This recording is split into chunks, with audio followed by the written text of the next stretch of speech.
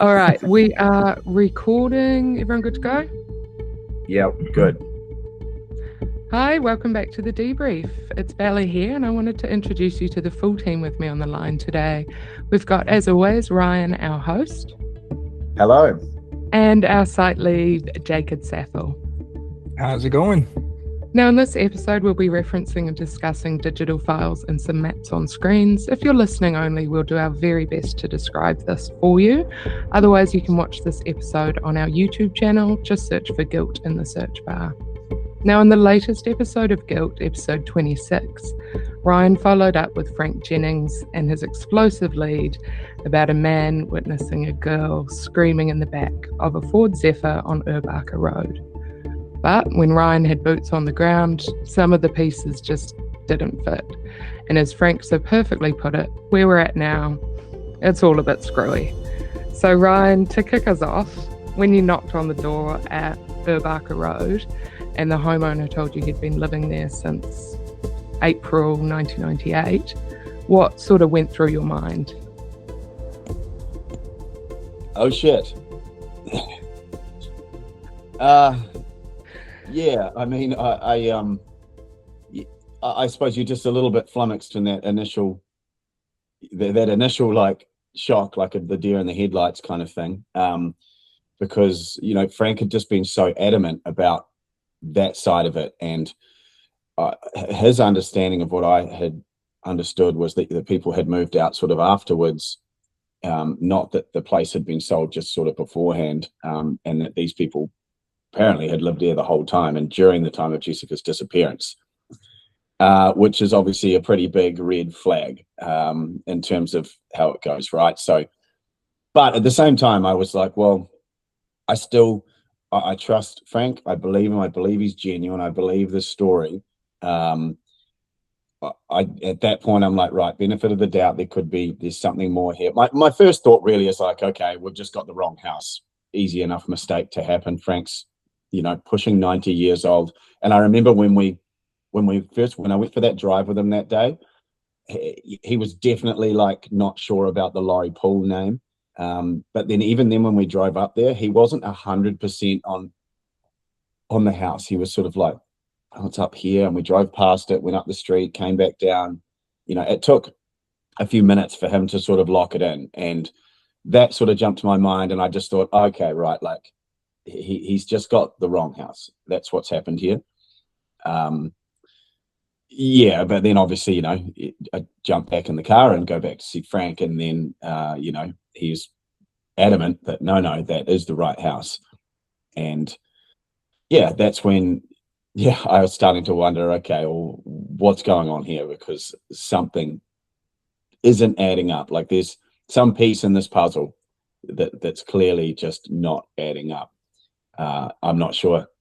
It was a funny episode, that one, and I was like, I bet this will be a real polarizing episode. For some people, they'll feel like, why did I just have to listen to all that?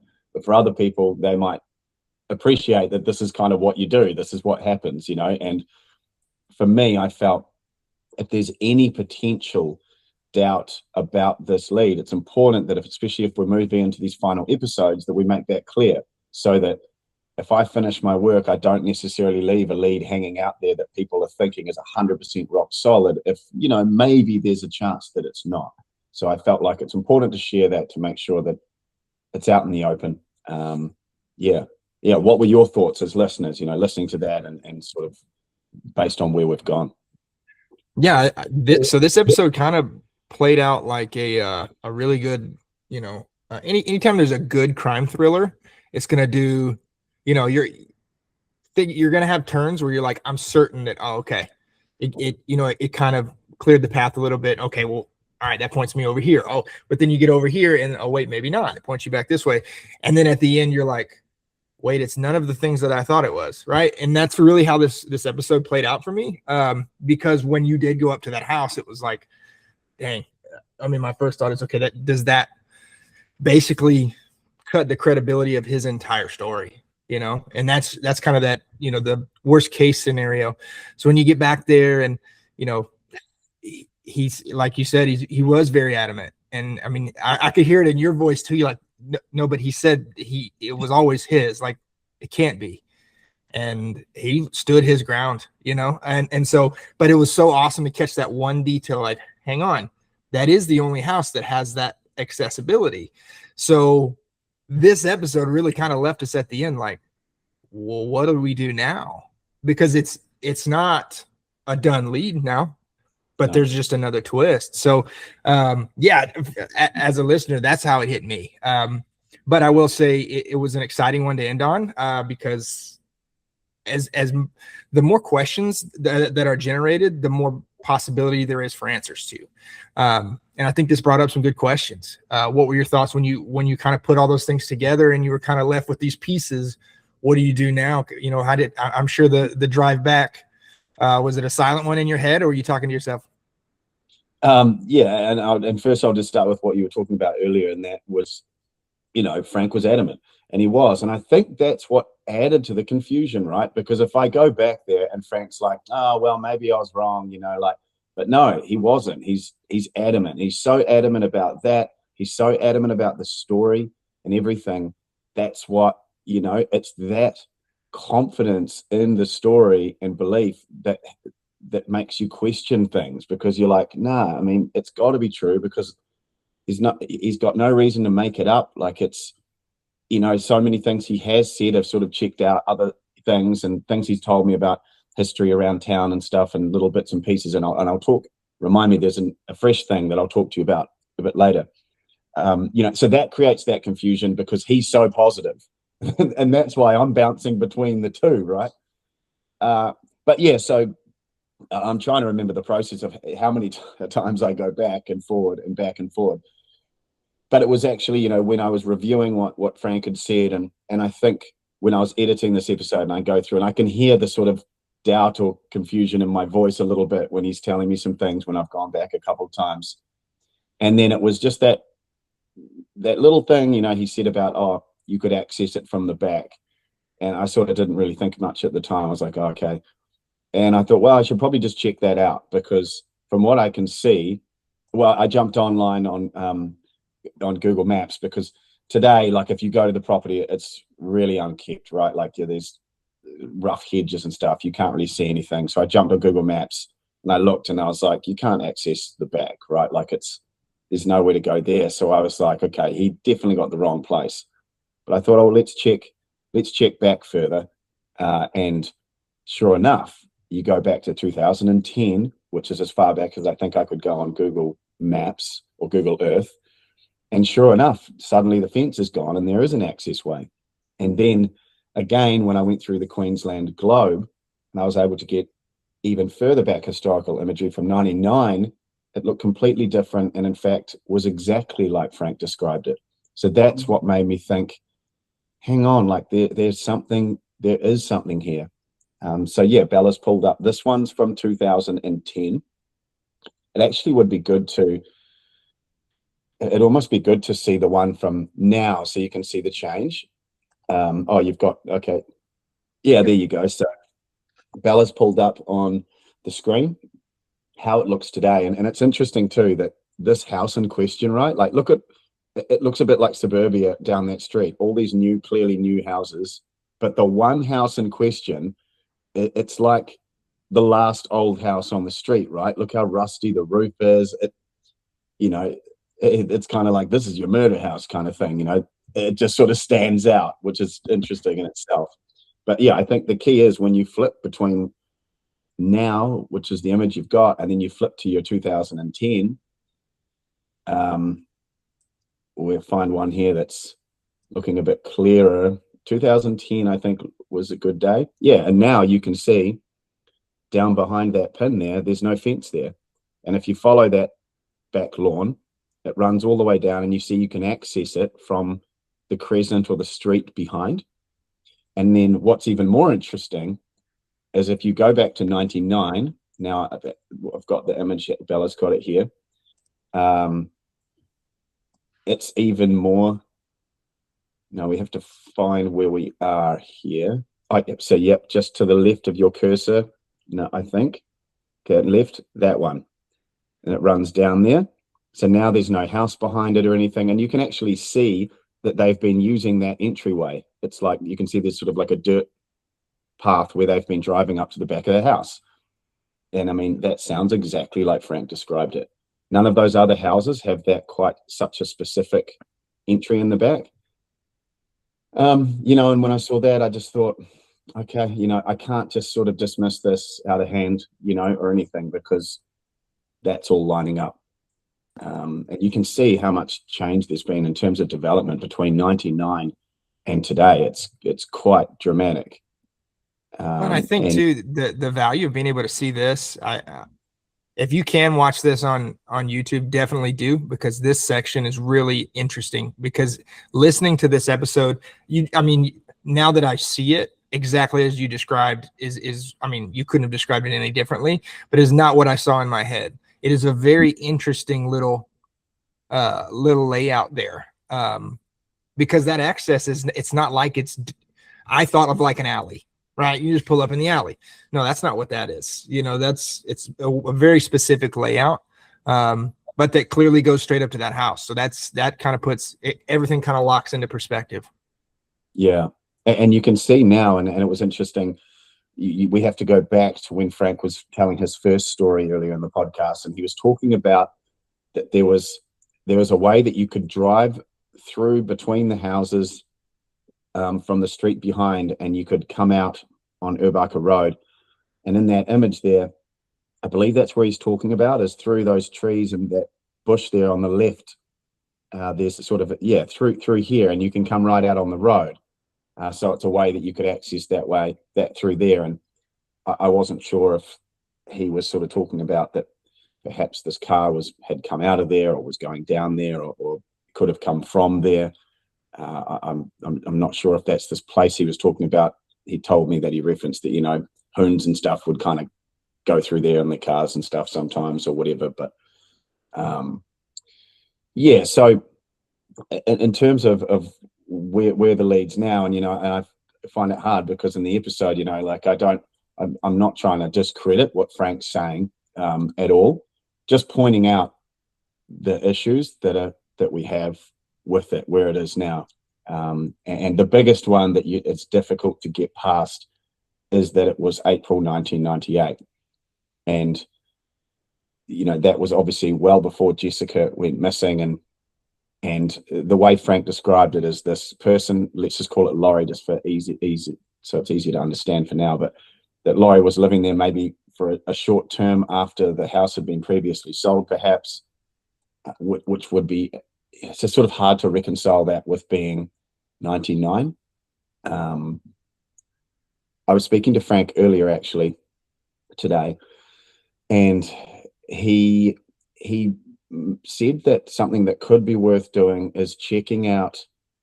He said that when he was there that day speaking to Laurie, he spoke to the neighbor as well that was living in the house on the left-hand side as you're looking to the road, so the left-hand side of the pin there, and that they didn't speak about what Laurie had seen, but that they spoke this day. And he just sort of said, look, if you could track them down, perhaps they might know who this guy was. They might be able to corroborate, or at least verify that I'm not crazy and that there was this guy here. And it's interestingly, he said to me, he was like, oh, I believe that they bought that house in 97 and they sold it in 2000. And when I checked with my source today that's been doing all the property searches for me, she said that he was right. It was bought by the last owners in 97 or at that time, and then sold in 2000. And I have the names of these people, so I'm going to try and, you know, track them down if possible, and see if that might go anywhere. But yeah, it's not an easy lead, you know. Even if everything is as it seems on the face of it, it's still a challenging lead, right? Because you still don't really have much. But then when you start questioning the foundations of the lead itself, then things become even more difficult. When I feel like it's such a specific, you know, you talked about kind of the ownership switch situation, and man, it does have to have kind of a very specific scenario for it to line up. You know what I mean? Like, it just, I feel like you'd be if you're able to get in touch with the people that did own it at the time. I feel like this is something you're going to be able to either corroborate or not pretty quickly. Yeah, I just don't see Frank's spatial memory being sort of 100% correct for a visit he had potentially to a property 27 years ago. That lends a huge amount of credibility, no? Yeah, definitely. Certainly. I think, I think as well, it certainly came as a shock to Frank, that, just thinking back to it now, it came as a shock to him when he said, if it's going to check out that these guys did buy it in April 1988, I could see in his face that he's just like, he's thinking as well, how does this make sense? I don't understand. He's like, I know what happened, what this person I spoke to and where it was. What's not adding up here? And he did not give in at all. Like it'd be one thing to even hear in his voice that he kind of hesitated, like, well, maybe, he did. There was no doubt, and so kind of to Bella's point, I mean, there's a lot of questions about his lead that come back to, is he remembering this correctly? And man, I don't know what better of a validation you can get. Obviously his memory may not be perfect, but it's certainly sharper than coming into this episode. From the beginning of this season, it's certainly sharper than I thought that it was. I thought that there was something to his story, but to be able to remember those details was doubtful to me. We could do something right now, actually, because it's just come to my mind. I believe it's in the podcast that he mentions the fact that, so this all revolves around this roller door that he says that he was delivering to this house. He said that that he provided this door and it was put up at the property. But then he said that when him and I went there, he believes that the door has been changed again. And his inference is that the door has been changed since back then when he provided the door, and now when I went there that day with him. And that was, he said to me, that was part of why he had some difficulty picking it out, because the door had changed. Could we jump on Google Street View and check that door over the last 15 years or something and see if we can see any changes on that garage door? Because you can see it from the road. We're doing this live right now. This is an investigation. You heard it here first. Bring it up. Let's see this. Hopefully, I know some of the earlier Google Earth stuff is not super high res, but I don't believe you can go back on Street View very far. No, you can. You can go back quite far in some places. Street View, not Yeah, Street View. I think, but the way Frank told me is, I think he was sort of making it sound like the door has only been changed in the last 4 or 5 years since he was there with the detective not so long ago when he was trying to bring this forward. So we probably wouldn't have to go back so far. Swing around on the other side. Sorry, folks, you're going to have to. This is going to be one. We're going to be talking about the video on this one a little bit because of what we are. So we'll try not to lose you here. Okay, here we go. So we can see that green door there. So, and I'll add, it's worth, when you jump on the Street View, we're going to see this right now. You will be shocked to see what this property looked like 10 years ago. It looked like a completely different place. It was so tidy. You can already see there's a change, but wow. So that was 2008. So this is 2008 now. Back we can go, yeah. Can you go to the left one block? Sometimes you might get a different angle. Yeah, okay. It's pretty barren section. They've just got a few little shrubs starting to form a fence at the front, I'd say, if I'm describing it for our listeners. So that's in 2008. Yeah. Can you zoom in on that? I guess we're just going to lose resolution even more, but okay. All we can really make out there, right, it's a green shed door. Mm-hmm. And when we say a shed door, we're talking sort of one of those roller doors, that you roll up. Okay, so let's go to 2010, that next one. Can we get a better shot of it? Yeah, so it's a single sheet panel roller door. I know you can get bifold or trifold, but it looks like a single sheet panel. Maybe that's something we can check with Frank. Does it, But can you, all I'm trying to check right now is this door, does it change between the years? Okay, so let's jump forward more. Like, does that say December 2021? Let's jump forward to that and just see if we can eyeball a change of any kind here. See how much it's those changed. shrubs have grown up. No, same shed door. Well, I mean, it's the same color at least. It doesn't look like it's changed, does it?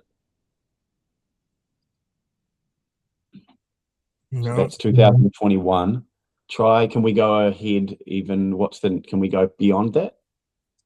We can just go to our latest, which is today here. Okay, yeah, well, let's go to today, yeah. Oh, that is today there. Yep.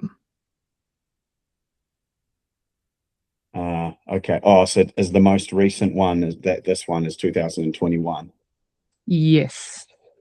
Okay. Yes, so yeah. Back to latest. Yeah, that's today. Well, the latest is 2021 for them. Did he not say that? So he's owned the place, or he said he has owned the place since then? The guy that I met at the property said Right. that he said, no, I bought this place. I even think he said 24th of April, 1998.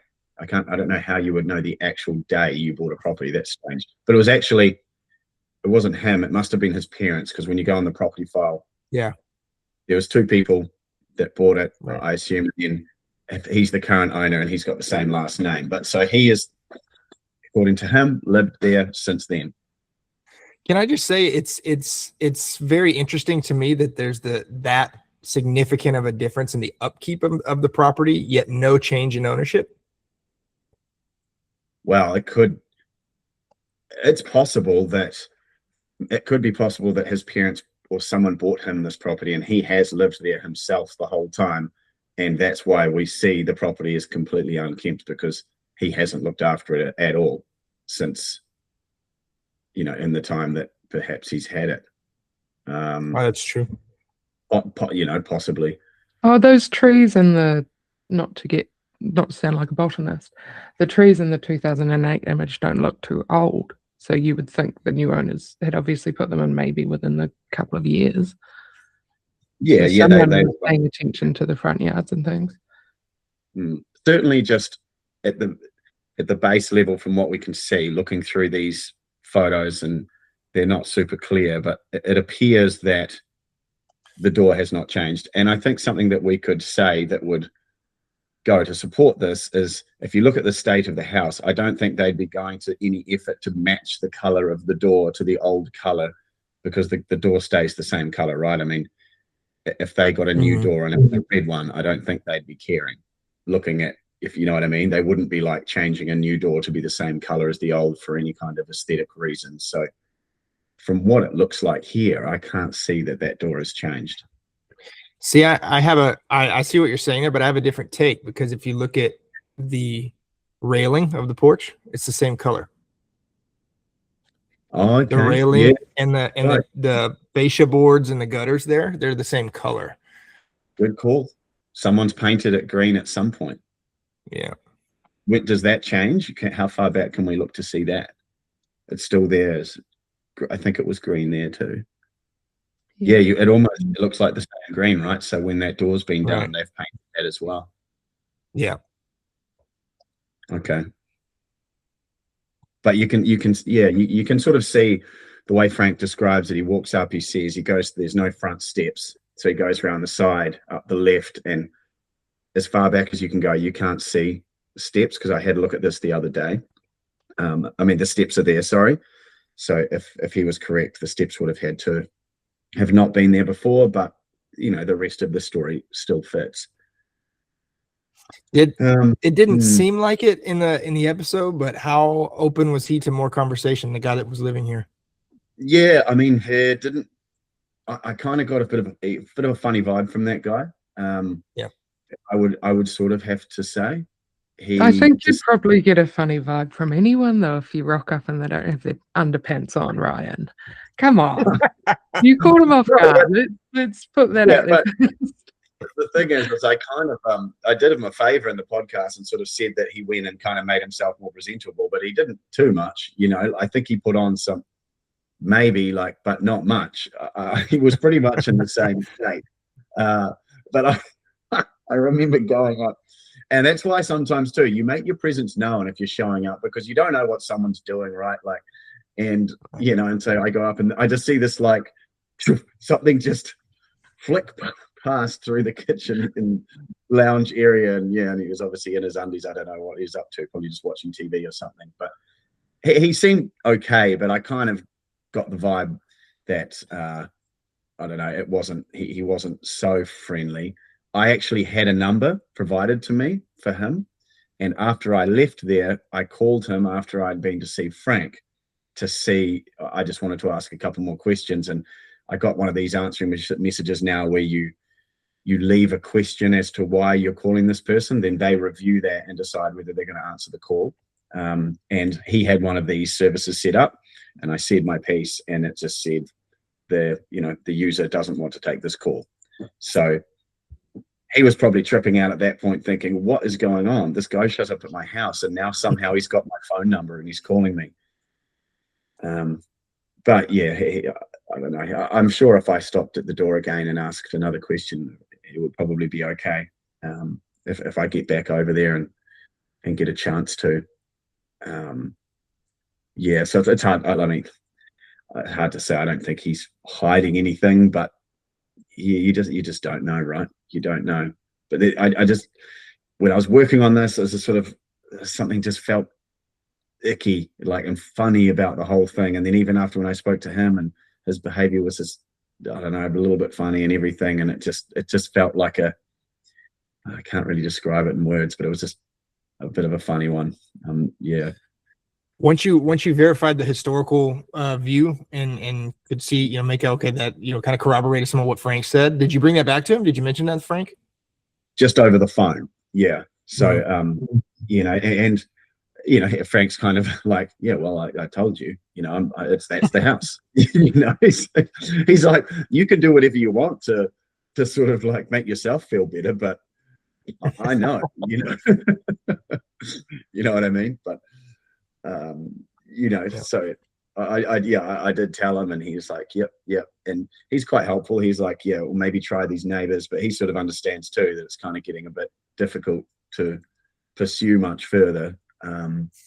I think it's so interesting when you say, you mentioned that it does kind of look like, everything else is relatively new, or newer. Man, that's an understatement, really. Like, I'm looking at this, like, this is out of, what it makes me think of, that movie Up, where they're building everything around his home. That's what Even just it's what it makes me think of. The difference between the two berms. Yeah. It's definitely been there a while, that house. Right across the road, you've got what looks like a really nice new build. Mm-hmm. Beautiful spot of countryside, though. Beautiful spot of land to be in. Yeah, I think, and when you look up the street, especially on your aerial views, like, it looks like most of the houses they're mostly new houses. But yeah, this is sort of like the one holdout house kind of thing, as everyone else builds around. Which I guess kind of makes it interesting in its own way as well, right? That the one house on the street that hasn't changed is the house in question. But I think it's interesting that Frank didn't mention that, like, you can't miss it. Like, if I'm telling you about that home, that is how I'm going to identify it. It's the only home you're going to pay attention to because of how different it is. Frank, to me, and again, I might be reaching a little bit, but I feel like Frank that just lends further credibility to his conviction that, no, this is the home, because he's not even paying attention to the fact that it doesn't fit anything around it. All he can see is, no, that's the home. I don't know what else you want me to tell you. You know what I mean? It just kind of speaks to that to me. Yeah. He's he's just as confused about it, honestly. I need to, I think just looking at that door, I mean, like certainly the green matches with the house the same as the rails and stuff. It does look like that same green. So either the door was probably painted at the time. That was, if the door was replaced, could they have still had some and repainted it or something? Possibly. But I think looking at it, it'd be interesting to ask Frank, how does he know that it is a different door? Because, I mean, he was obviously someone who specialized in scrap and all this kind of stuff. I'm sure he knows all the little differences, but it would be interesting to know how he knows it's a different door. Yeah, I mean, I could almost just give him a call right now and just see if I can get him on the phone. Well, we'll chew up too much time that way, and Frank, he does like to talk, but I'll ask him how he knows it's a different door. Because, if that was true and we could see that door was different, then, I mean, you'd be absolutely rock solid then, that it's definitely the house. There's no questions there. But it's hard to tell from looking at these images. Yeah, that's for sure. And I think it's probably worth pointing out as well, right? Like that part of my concern with this, as it's kind of unfolding, is that, Frank, this isn't the only part to his story, right? There's also the smell in Petrie Creek. And, as I was doing this and you start to wonder about, okay, like if this doesn't work out to be right, then can I trust like that this other stuff is right as well?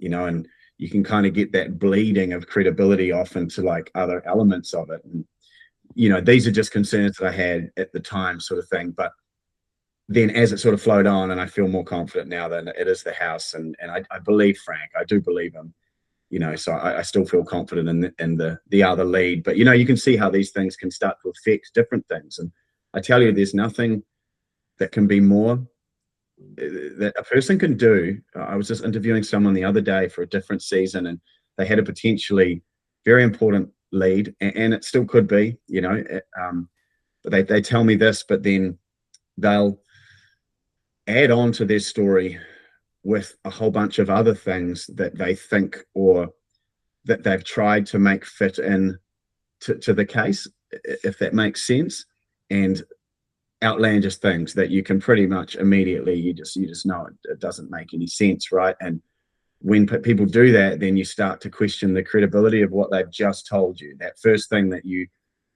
felt really strongly about, and then suddenly you think, well, hang on, okay. It's always a bit of an issue, I find, when you have people that have an important piece of information, but then then you realize that they believe they can link themselves to this case in all these other ways as well, and suddenly it starts to almost seem sort of too good to be true a little bit. Not that it necessarily is, but that's how it certainly can feel anyway, as you can probably imagine. I have to say this most recent trip was nothing short of efficient. I feel like we got to definitely shout out our research team, because you had no shortage of places to go. You know what I mean? I feel like there was a lot of some of those smaller check boxes that you were able to hit on this trip, and I think that they did a lot to help you do that. It seems like really galvanizing that pipeline and keeping you okay. Well, let's go here now, and let's keep you moving. Did you feel that? Yeah, 100%. And so a huge shout out to the research team. They know who they are, and thank you so much. Like, honestly, when I first started this, it was just me. It was literally just me, and it was just me up until not so long ago, and then people have come in over time, like Jacob, you've probably been around for the longest. I think Bella came on just over a year ago, something like that, and then the research team more recently. But each time that new person comes in to help, it lightens the load, but it also you end up with this big, more cohesive machine that is just so much more capable of getting things done. But with the research team on the ground, like when I'm there, it's almost like, I'm best at being on the ground, meeting people, chasing leads in person. I wouldn't see my specialty as researching online, like trying to access phone numbers and emails and that kind of thing. Like that's not what I'm so interested in, and it's definitely not like my area of strength. So when I was over there, I'm literally just, I've got my car, I've got my phone set up on my thing there, I've got my diary there, and they're just feeding me addresses and things. Like I'd go to a place, interview a person, I'm like, what's next? It's like I'm not even really thinking about it. They're just like, this next place is the nearest to you, here's the address, and I'm like, sweet, I'm on my way. There's no stopping to try and figure things out, and which is just awesome. I absolutely love that. And I just know as well, going forward with new cases and all the cases, it's going to be such a game changer. And especially in those early stages of a case when you're really trying to just canvass as much as you can and meet as many people and just cover as much ground as you can early. It is honestly, it's a game changer. And it's always good too to have someone to speak to immediately after it happens. Like I'm speaking to all you listeners as I do it, but unfortunately there's no feedback at the time. I'm just talking into a microphone. So it's nice to have people you can talk to and they talk back at the time. So that's just, it can be a lonely life on the road when you're doing this stuff. You're just going and you're meeting a person, then you're back in your car and you go to the next one. The night you go to a hotel and you get up and you do it the next day. So yeah, it's nice to have a little debrief with people. It's been fantastic, and hopefully it comes through on the podcast and we can, and we get better leads and more information. Well, and like these seasons like this, I mean, I feel like if it's just you, that's such a thin safety net for just simply missing things. I mean, you're human, and kind of that back and forth is going to, what you may not have interpreted from something or caught from something they may have. So being able to react to that with that sort of immediacy, it can only be, an advantage, because there's so many details that are, we're splitting hairs so much. It's easy to miss anything. It doesn't, take away from anybody's ability to do their job. It's just, man, there's a lot coming at you. So, being able to have that, kind of check. I 100% agree. And that's something, and sometimes I think, I used to think back in the day, I'm just getting up some questions here so we can answer. But yeah, it's just sort of, when you're just one person, sometimes you can't see the forest for the trees. You're so deep in there, and you need that sounding board sometimes. And, in the past, that might be like my wife. I could explain things to her or whatever. But I think having like you guys and everyone, and we're bouncing these ideas off, and the research team. And then also I'd say, like, it's been a bit of an eye-opener with these debrief sessions, because we've been answering these questions, and questions have come through, and we've seen it, right? Like in these episodes when we've spoken about certain things, like the bonnet, feeling the bonnet, and we've all had different thoughts. Like Jacob and I have kind of gone one way on it, and Bella's gone another way, and then listeners have come in, and you realize that, like there are different ways to look at things. And obviously, right? But when you're doing this kind of work, I think it's incredibly important. And when you think about it too, the bigger picture, you imagine that you're a detective or a small team, homicide team or something, working on a case. Generally, these things are led from the top down. You've got a couple key detectives at the top, and everyone underneath pretty much follows what they're being told, more or less. You could see how that confirmation bias, and you can see how that could happen, because individual people or very small teams, you don't necessarily have that.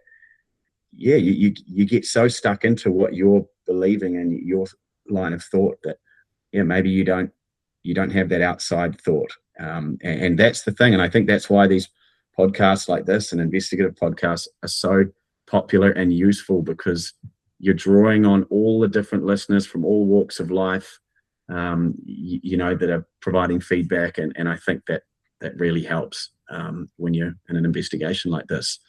And on that note, listener feedback, Ryan, let's put a question out there from Greg.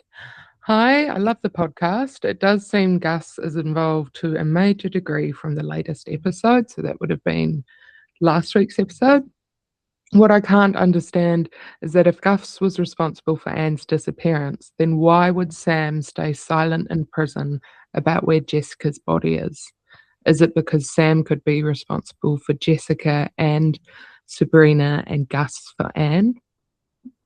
So by Sabrina, that is Sabrina Ann, Selena Bridge, sorry, not Sabrina Ann Glassett. Now, Sabrina Ann Glassett, yeah. Yep. Yeah, so, first off, I would just say that, even though it may look like he's 100% like involved, that we still don't know that, circumstantially, it's very interesting, right? But we don't know for sure. But I think, in answer to your question, like my opinion, I sort of thought there's no reason why all these cases even need to be connected. No one really knows whether they even are, right? Like, I mean, coincidences could happen.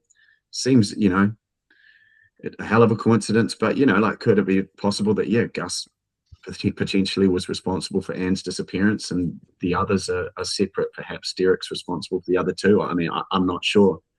Why would Sam stay silent in prison about where Jessica's body is? That's a very good question. If we're assuming that he is responsible for her murder, which in my opinion seems to be the case, why wouldn't he? Hard to know. And that's, you've got the answer to that question. You're going to have, there'll be a lot of happy people because that's the question that everyone always has, right? What are your thoughts on that? Can we just verify again? I know you've done it time and time again, but outside of law enforcement influence, what, if I'm not mistaken, the only thing that has connected Derek Sam to any of the other two cases is the fact that he knew Anne through working on the horses. Am I right in that? Anne's case, he knew Anne from helping her a couple of times with horses. She had some involvement in endurance rides and that kind of thing. Yeah. So they certainly had met, proximity, lived close by. And he'd made this comment about, right. The teacher, that he went on a date with a teacher, or he's going on a date with a teacher. So, that's what it is. I think you've done a really great job of the way that you've organized this season. Yes, they were connected at the beginning because you kind of had to lay the groundwork for us, but you have done a really good job in investigating each of these as their own entity in their own instance, and allowed that evidence to really, okay, if it needs to take us there, it will take us there. But right now we're going to follow this evidence, and it's, man, just to kind of echo what you just said, those connections are even thinner now than I thought they were when you started. How do you feel now? Do you, the more we get into this, do you get further and further away from the idea that this was all connected? I mean, yeah, I think, honestly, I think with it, when I first came into it, you sort of, because that was just sort of like the status quo for this case, that they were all connected. It was all Derek Sam, that's changed a lot now. Yeah, I certainly feel now that I'm not sort of like embedded in that idea that they're all connected. I think they could be each one could be an individual thing, right? I believe one of the research team was just saying the other day, that even in terms of Selena's, because with Selena's case, and I feel sort of bad with that case because it's been such a difficult case to look into. There's been virtually nothing that's come forward. We've had very little we've been able to do with that one. We obviously had some people speak about it earlier. John, the sort of the hippie guy that was really cool that I met. He had his story and everything, but it's been one that has been tough. Greg Roberts, obviously down at the creek. But anyway, what I was going to say is that the story about the guys at Pie Bun and including Derek Sam seeing this girl walking past that potentially could have been Selena, one of the research teams sort of said, going back and looking at old newspaper clippings and so on, we're able to sort of make a timeline that sort of that information didn't come out till much further down the track. This wasn't something that was contemporaneous with when she went missing, so it just, I think, in terms of that little piece, I think it just adds some little bit of doubt there in terms of what that is. And so when you have the doubt around that, well, then you don't really have much at all in connecting sort of Derek to that, other than the fact that, the proximity, you can't ignore it. And I think even yourself, Jacob, when we were looking at the map that time, you were like, wow, you can't deny that there's pub in there. And, so, I think I don't know if I've answered that question or just rambled, but yeah. And our thanks. next one comes from Jen. So apologies if this isn't possible. The facts of the case can get a little bit disjointed when we listen week to week. I can't get past the red paint on the post with Anne Glassett. Could it be possible that Gus hit Anne with his red car? Maybe as she was walking with her dog or something. And that's from Jen. Yeah. The red paint on the post, yeah, it's a real mystery. Even speaking to Ian, right? Like it's you kind of I'm not even exactly sure if he knew what it meant, sort of thing, but he just felt it meant something. I think he says like it's got to be involved somehow. Like there's something not right about that, but he doesn't even know. And how does it even make sense? I'm not sure. I'm not sure. Like I sort of had the little thought maybe Anne's car was near that post at some point, but she's got a tiny little car. I think it was a Toyota kind of mini truck that Ian was referencing. It'd be at different heights, so I didn't go too far down that track. It could be so many different things.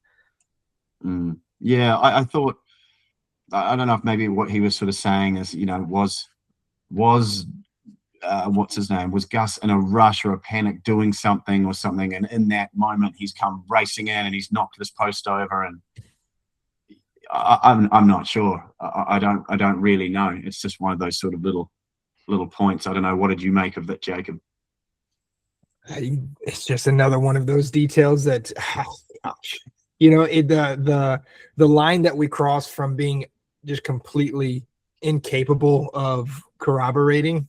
I feel like we hit that so many times with these cases this season, but that one, like, gosh, it's great to talk about and speculate about, but I just don't know how we could ever really get to the bottom of that, and I think I feel like if we spend so much of our time talking about those points that we know, like, okay,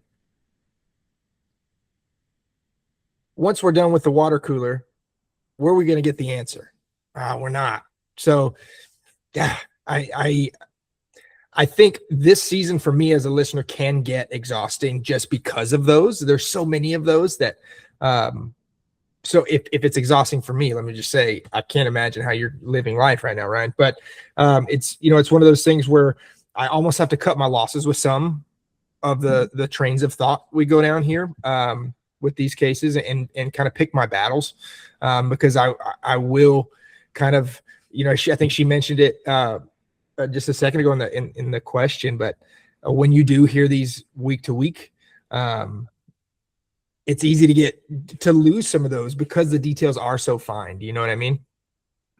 Yeah, I think, it's, this season be very difficult. You're jumping from place to place over multiple cases, and even then, like the pieces of the puzzle are challenging at best. And I suppose though that like for us that are involved in it a bit deeper, when you're listening to a podcast, right? That's what you do. You're speculating and you're theorizing, and I guess that's what I guess that's part of the enjoyment of it. And I totally get that. And and you're trying to piece together your theory, and you're thinking, how does this fit? How does that fit? And like you could be right. We don't really know. It could be something, but unfortunately, I don't know. Could it be possible? Maybe.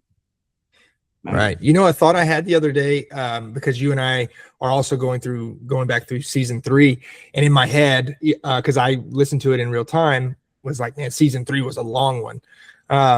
And I'm looking at what episode of this season that we're on, and think about how much further I feel like we have to go in each of these cases. I feel like each of these three cases could have been their own season in some way.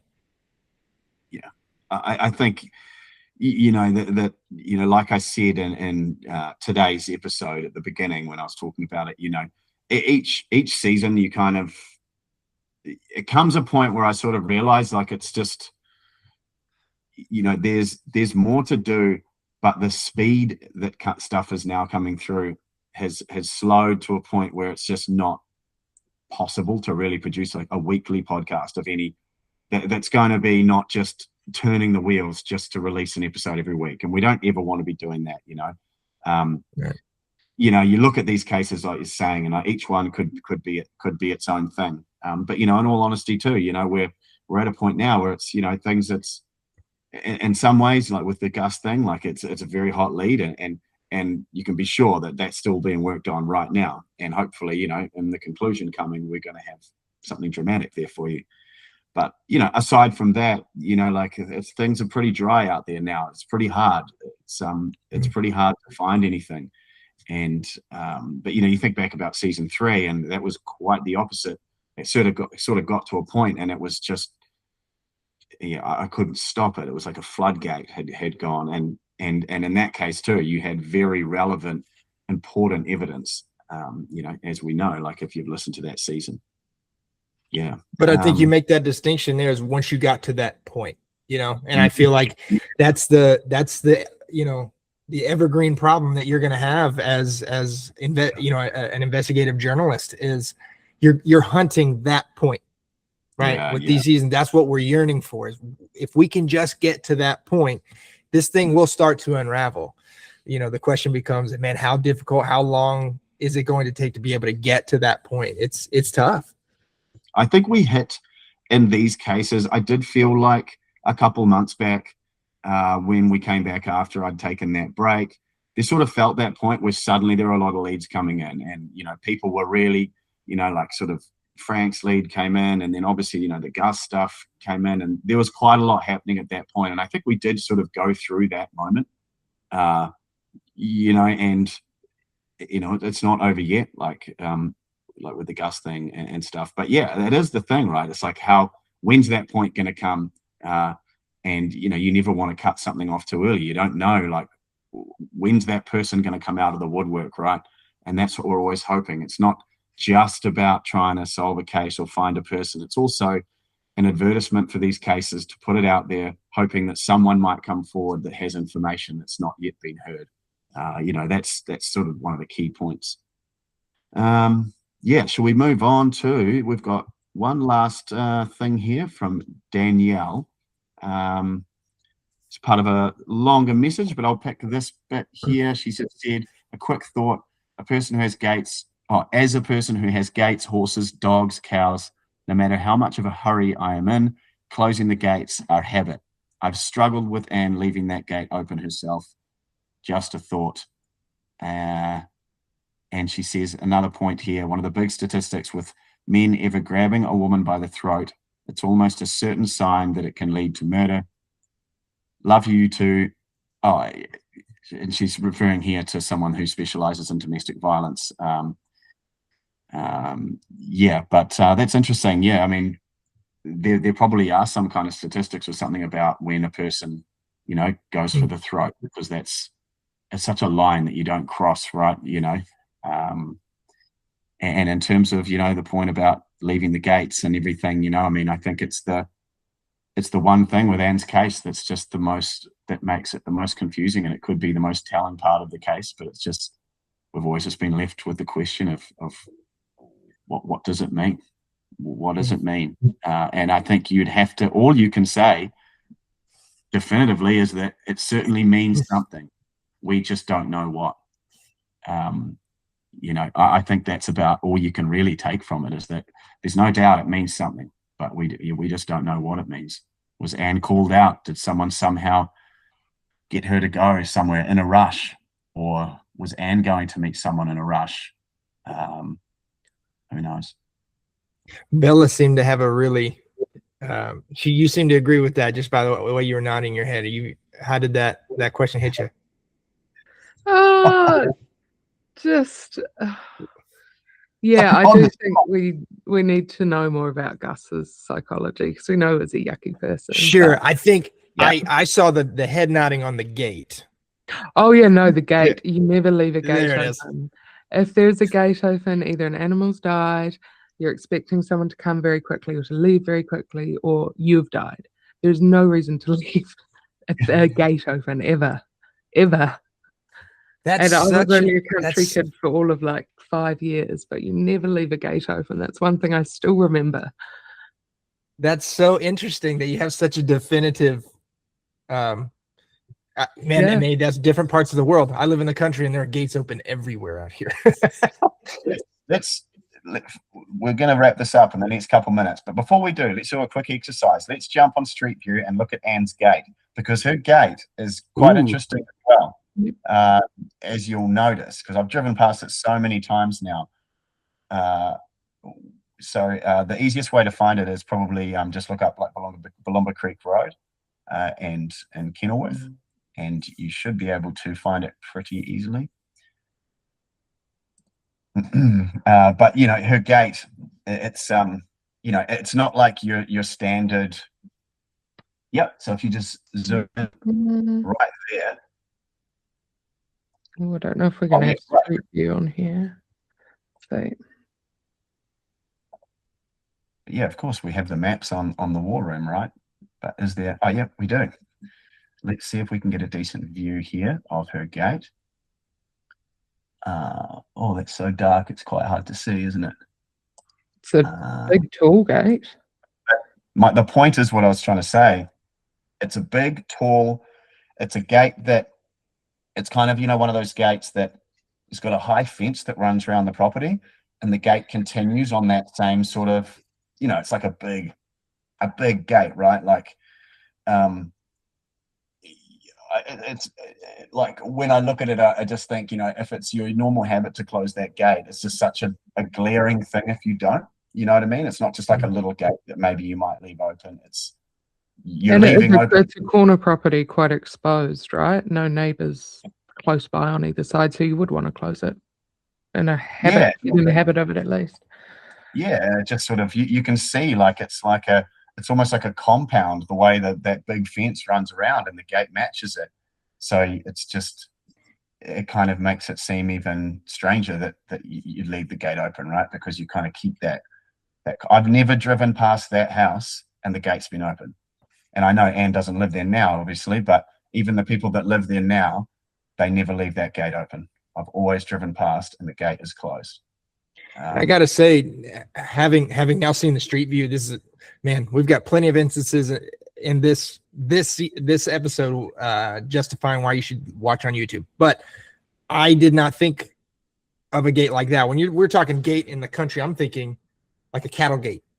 Yeah, you're right. That does look like a compound, and that would be weird. Yeah, if that was just left open, that would be weird. And as well, Anne was not a particularly tall woman as well, so it wasn't like a easy shove. It would have been, get up, reach up, lock it.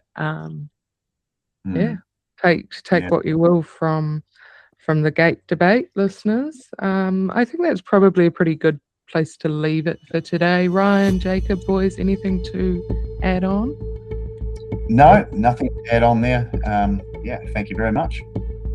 Beautiful. Thanks so much, both of you. And of course, if you're a Brevity Plus subscriber, don't forget to head over to the War Room to see the interactive maps and watch this episode on YouTube so you can see what we're talking about. Thanks, guys. See ya.